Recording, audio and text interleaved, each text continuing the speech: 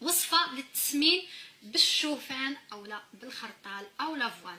المهم هاد الوصفه هذه زوينه بزاف في تسمين الجسم وخصوصا المناطق الانثويه. وهذه الوصفه هذه صالحه للمراه الحامل، للمراه المرضع، صالحه للنساء والرجال وحتى الاطفال. غير هو الرجال او الاولاد الصغار ما يستعملوش هذا المكون هذا. ولا عجبتكم الوصفه ما تنساونيش من واحد لايك وابوني.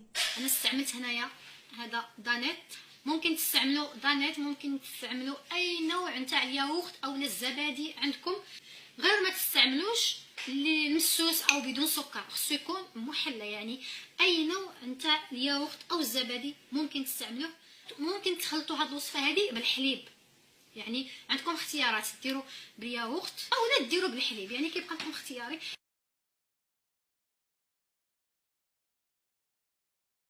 المكون اللي غنستعملوه هو الحليب المجفف. انا استعملت نيدو، اي نوع نتاع حليب مجفف عندكم في البلد ديالكم ممكن تستعملوه. الحليب المجفف غادي ندير منه معلقه كبيره. غادي نستعمل الخرطال او لافوان او الشوفان. هذا راه استعملته بزاف في الزياده في الوزن، راه مزيان كيزيد في الوزن كيف قلت لكم على حسب الطريقه اللي غتستعمل. غادي ندير منه 2 المعالق كبار. وراه في نفس الوقت حاجه اللي صحيه، هذا راه هادشي قلت لكم حتى المراه الحامل، المراه المرضع يستعملوا هاد الوصفه هذه. بالنسبه للرجال غادي يكتفيو بهاد المكونات هادو. لكم الرجال الوصفه هي هذه، ما غاداش تضيفوا عليها هذا. يعني بالنسبه للرجال الوصفه غادي تخاد هكا بهاد الياغورت، مثل لكم قلت لكم ديروا الحليب بالحليب المجفف بالشوفان. الوصفه الرجال واجده. بالنسبه للنساء كيف قلت لكم هذا كيزيد في المناطق الانثويه، هذه الصوجه او الصويا غادي نستعملوها هكايا مطحونه. غادي ندير منها معلقه كبيره. هذه هي الاضافه للنساء.